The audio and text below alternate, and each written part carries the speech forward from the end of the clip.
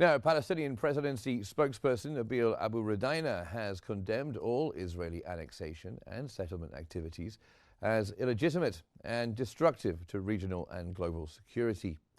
He described Israel's attempts to annex the West Bank as blatant violations of international law and UN Security Council resolutions 242 from 1967, 338 from 1973 and 2334 from 2016, which invalidate any legal claim to the occupied Palestinian territories. Abu Rudaina accused Israel of undermining peace efforts and the two-state solution, urging the international community to take concrete steps to halt these plans, recognize Palestine, and enforce UN resolutions supporting Palestinian self-determination within 1967 borders, with East Jerusalem as its capital.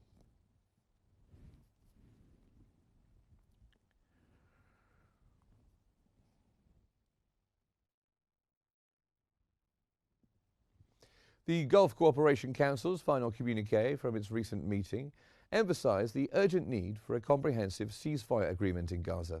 It called for the immediate release of detainees and the facilitation of humanitarian aid access to the besieged territory. The communiqué reaffirmed support for Israel's withdrawal and the establishment of an independent Palestinian state with East Jerusalem as its capital. The GCC welcomed the agreement to resolve the crisis in Syria's Soweda, stressing its implementation to protect Syria's unity and citizens. It also praised Lebanon's cabinet decision to centralize arms under state control and underscored the importance of continued constructive negotiations on Iran's nuclear file.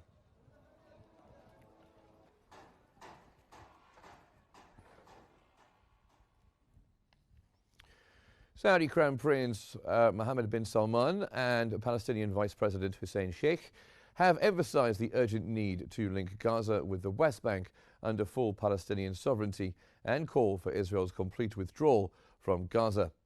During the Vice President's Riyadh visit, they reviewed recent developments and reaffirmed support for the Palestinian cause.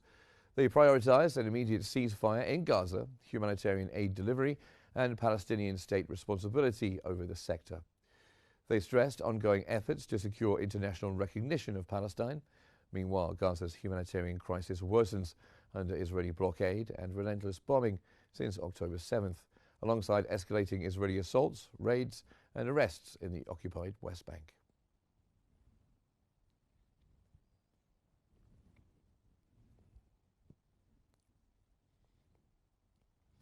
The Commissioner General of UNRWA Agency, Felipe Lazzarini, has said that Gaza has become a pile of rubble, and the same applies to its education system. In statements reported by the agency on its official page on the X platform on Monday evening, he noted that Israeli forces have destroyed most schools and educational facilities in Gaza or caused them severe damage.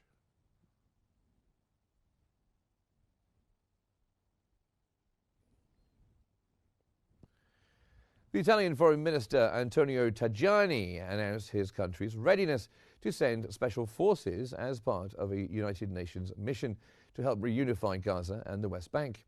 He stressed the need to build the Palestinian state before recognizing it, in cooperation with Egypt, Saudi Arabia, and the Arab countries leading this process.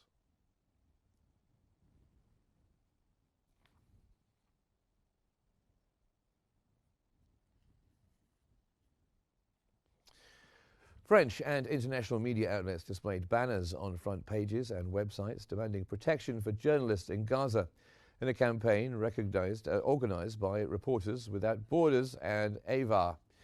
RSF says 220 journalists have been killed since Israel's assault on Gaza began in October 2023, with at least 56 allegedly targeted by Israeli forces.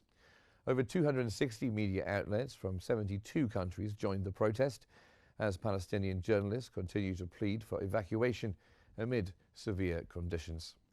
Israel's foreign ministry dismissed the campaign as a biased political manifesto. The protest follows the August 25th strike on Nasser Hospital, which killed 5 journalists and sparked global condemnation.